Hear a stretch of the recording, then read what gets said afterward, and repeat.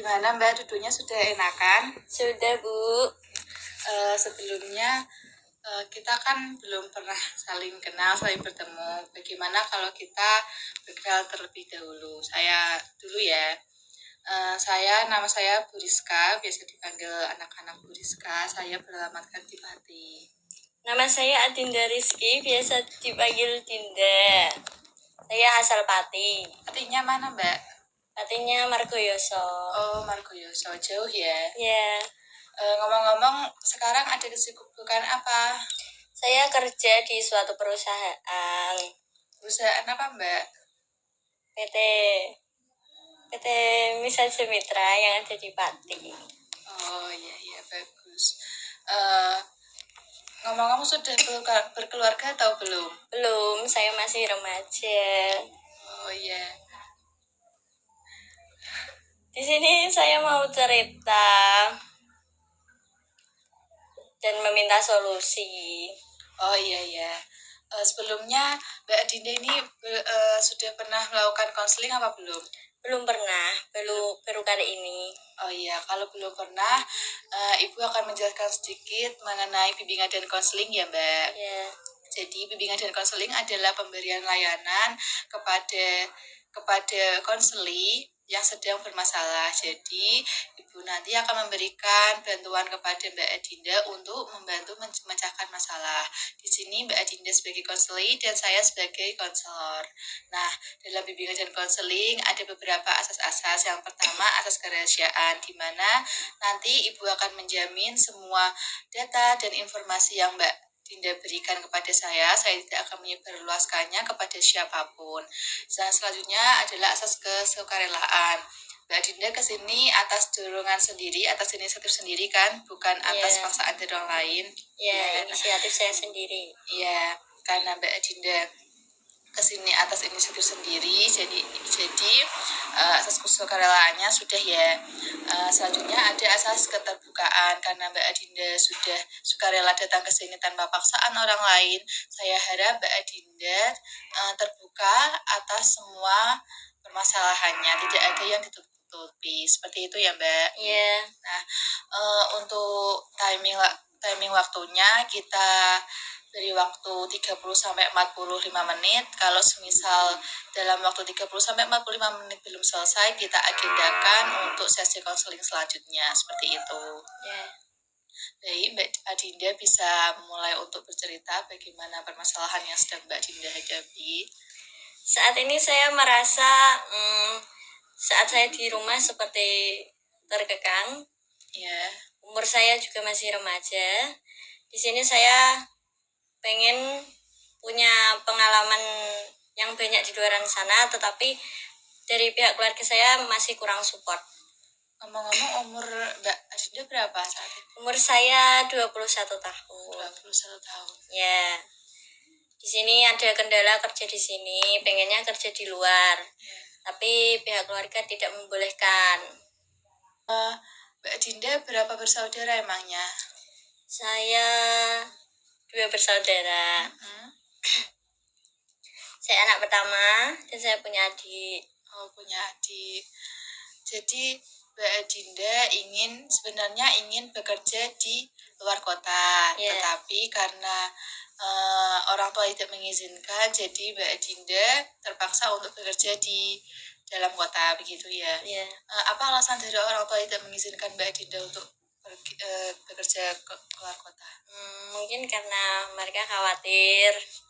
Terus banyak faktor lain yang mungkin saya tidak tahu. Jadi tidak diperbolehkan untuk kerja di luar kota. Tapi Mbak Adinda pernah nggak bernegosiasi sama orang tua mengenai Mbak Adinda pengen keluar kota? Pernah, tapi responnya tidak seperti yang diharapkan. Seperti apa Mbak responnya? Responnya seperti ya kayak ngomong lebih baik kerja di sini aja daripada di jauh-jauh. Di sini lebih dekat rumah, bisa pulang tiap hari. Kalau jauh nggak bisa pulang, nggak bisa dipantau dari rumah gitu. Berarti alasan orang tua ini ingin biar Mbak Adinda ini dalam pantauan orang tua. Iya. Ya. Kalau semisal Mbak Adinda pengen bekerja keluar kota itu sudah ada pandangan mau bekerja di mana? Sudah, saya punya pandangan di beberapa perusahaan lain. Saya ingin bekerja di sana. Juga sudah saya pikirkan mantap-mantap, tapi itu tadi karena kendala restu dari orang tua nggak ada, jadi saya mengurungkan niat saya untuk kerja di luar kota. Tapi kalau semisal nanti orang tua mengizinkan, apakah Mbak Dinda akan bekerja keluar kota? Ya pasti akan bekerja di luar kota.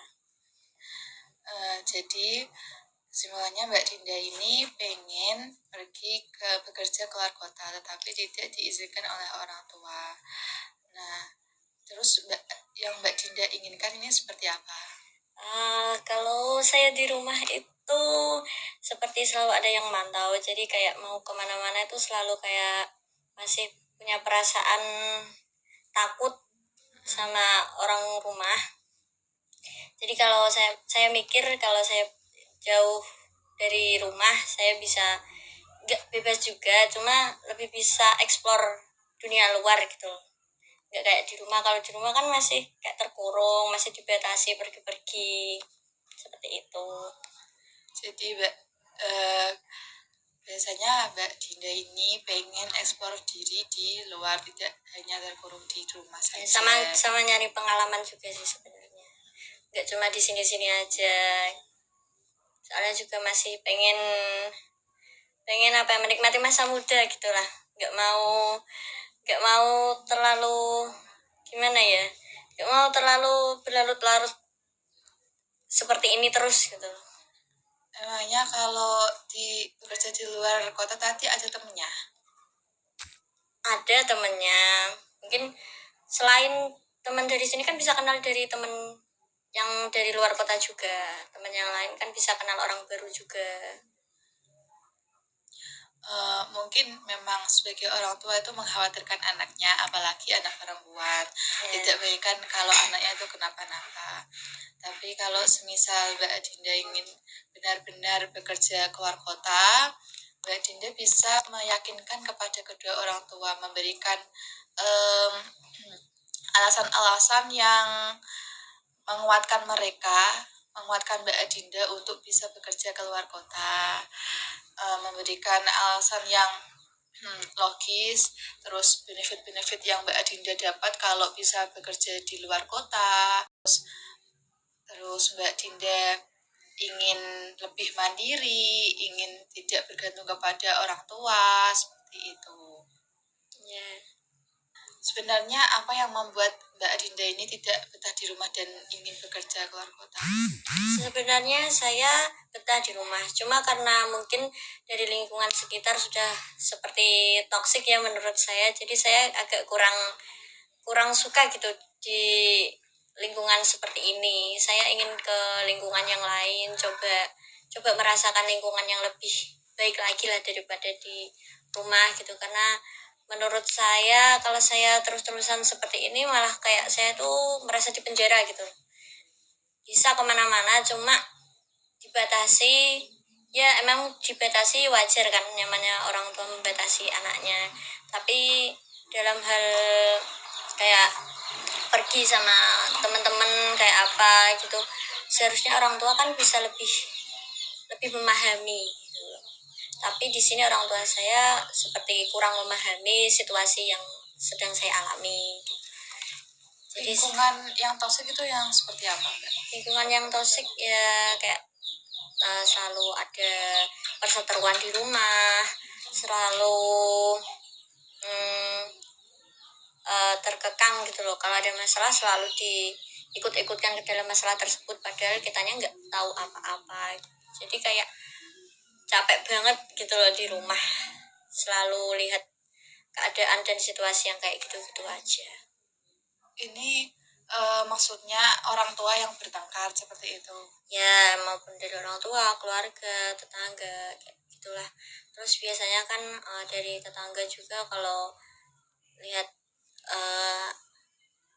kita kayak suka ngomongin yang nggak sesuai fakta gitu loh, kayak suka ngomongin anak yang nggak bener lah, pergi pergi terus lah, nggak pernah di rumah gitu. Padahal kita kan kesehariannya kerja ya sehari-hari, terus pas kita ada waktu libur kita mau pergi, jadi kayak dikiranya kita pergi terus gitu loh, nakal, jadi anak yang nakal, bandel dan lain sebagainya seperti itu. Jadi itu membuat saya kurang nyaman di sini.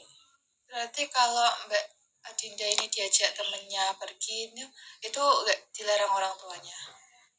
Kadang dilarang, kadang juga dibolehin kalau emang uh, jelas perginya kemana gitu. Tapi kalau untuk malam paling dibatasin sampai jam 8 udah. Kalau dari respon orang tua mendengar perkataan-perkataan tetangga yang seperti itu bagaimana, Mbak? Orang tua sih cuek ya, cuek. Tapi mungkin kalau buat saya pribadi itu suatu yang sangat gimana ya, suatu yang sangat menjengkelkan gitu loh. Nah, saya jadi kurang betah di lingkungan sini. Apakah Mbak Dinda pernah mengklarifikasi kepada mereka sebenarnya aku ini loh bekerja, nggak ngapa-ngapain seperti itu? Nggak pernah sih, karena saya tuh tipenya cuek ya, cuek sama omongan-omongan orang. Tapi setiap omongan orang itu pasti saya pikirkan, saya masukin ke dalam pikiran saya, dan itu membuat saya kayak ya mentalnya sedikit sedikit ngedown lah, seperti itu. Kalau dari keluarga lain, apakah ada yang mendukung Mbak Dinda untuk bekerja di luar kota? Ada beberapa yang mendukung saya untuk kerja di luar kota, karena mereka juga mengerti keadaan saya, mengerti kondisi dan situasi yang ada di sini. Jadi mereka paham betul apa yang saya rasakan, seperti itu. Tetapi tadi terkendala izin dari orang tua. Ya, seperti itu. Kalau saya memberi sarannya, Mbak Adinda langsung memberi saran kan boleh.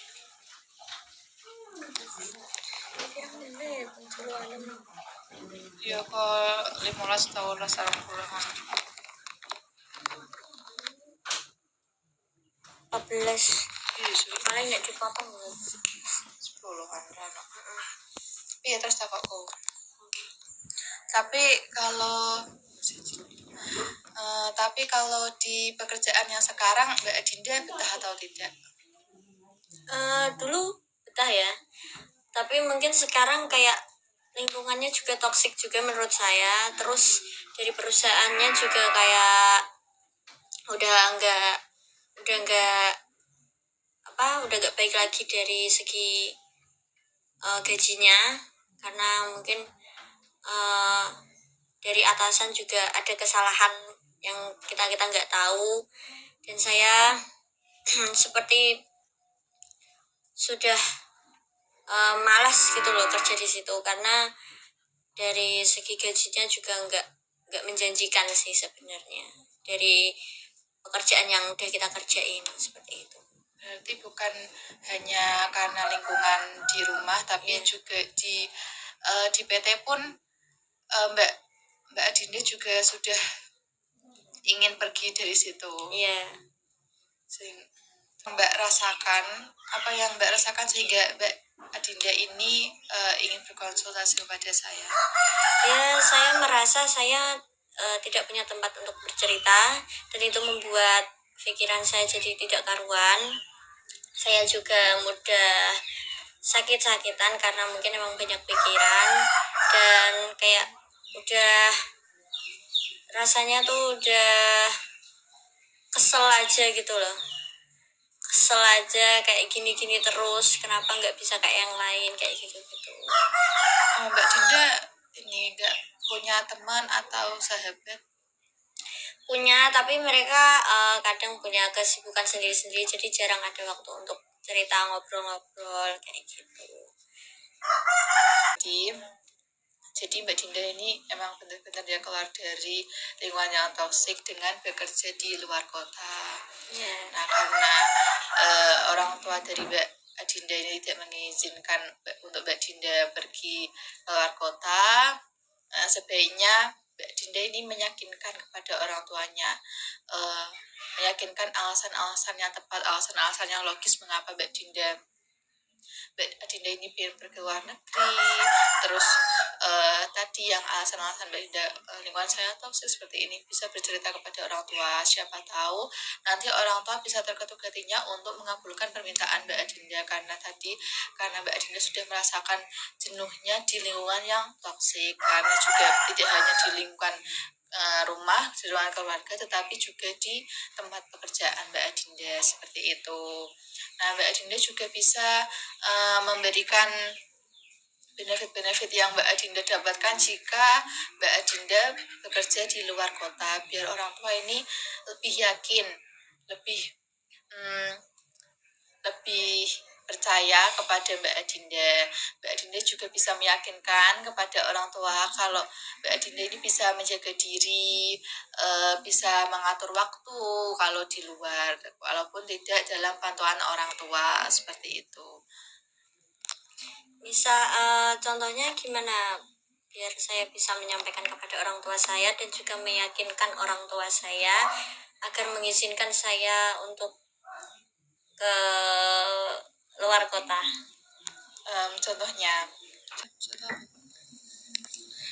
Contohnya kalau Mbak Adinda menyampaikan hal tersebut kepada orang tua, contohnya seperti ini.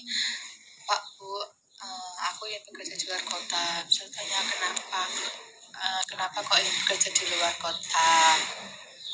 Mbak Adinda memberikan alasan-alasan tadi karena Mbak Adinda tetangga-tetangganya yang seperti itu, terus di tempat pekerjaannya juga seperti itu. Nah, itu bisa disampaikan kepada orang tua agar orang tua lebih yakin lagi.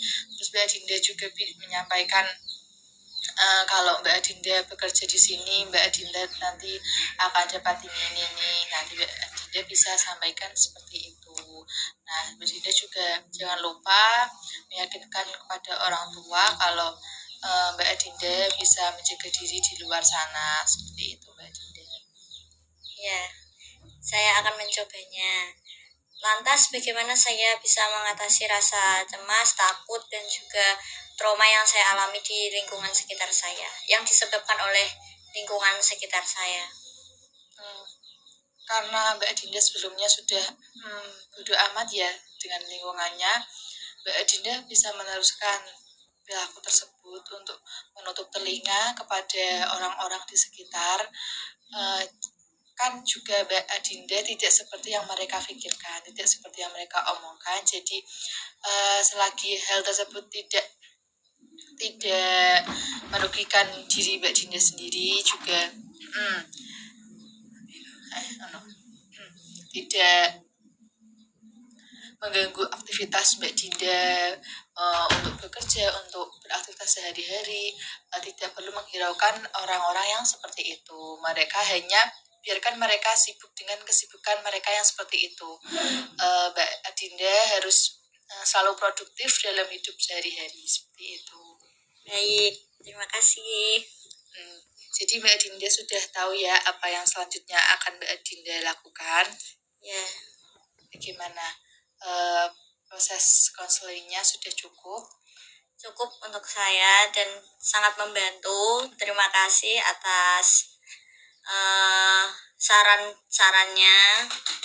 Apakah Mbak Adinda sudah merasa lega, sudah merasa sedikit terkurangi setelah melakukan konseling kepada saya? Iya, saya merasa sedikit lega dan bisa plong setelah bercerita dengan Bu Rizka.